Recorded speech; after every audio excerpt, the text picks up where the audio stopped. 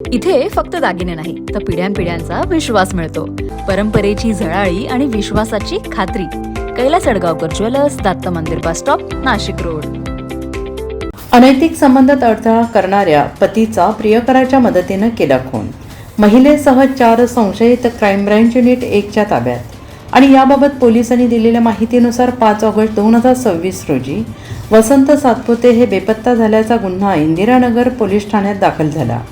सदर गुन्ह्याचा तपास करत असताना क्राईम ब्रँच युनिट 1 पोलीस हवालदार नजीम खान पठाण आणि पोलीस अंमलदार मुख्तार शेख यांना मिळालेल्या माहितीने सदर बेपत्ता झालेल्या व्यक्तीचा खून हसीना शेख, साहिल रफिक शाह, मोईन रफ्तार शेख, सरफराज आबरार सय्यद यांनी मिळून केल्याची माहिती मिळताच वरिष्ठांच्या मार्गदर्शनाने पथकाने सापळा रचून ताब्यात घेतले. त्यांच्याकडे चौकशी केली असता त्यांनी 6 ऑगस्ट 2026 रोजी हा खून केल्याची कबुली दिली. तसेच मृतदेह कासारा गटात टाकून दिल्याबाबत माहिती मिळाली.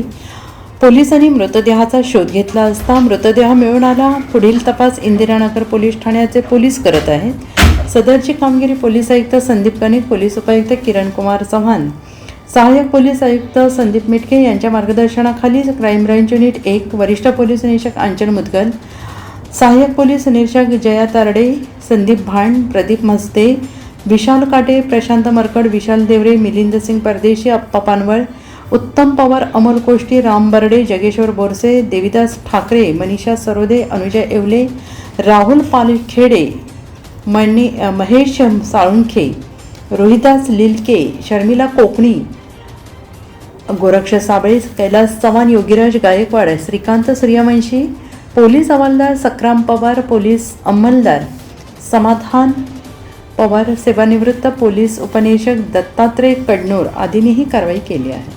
NCN न्यूजसाठी रोहनधनी, नाशिक.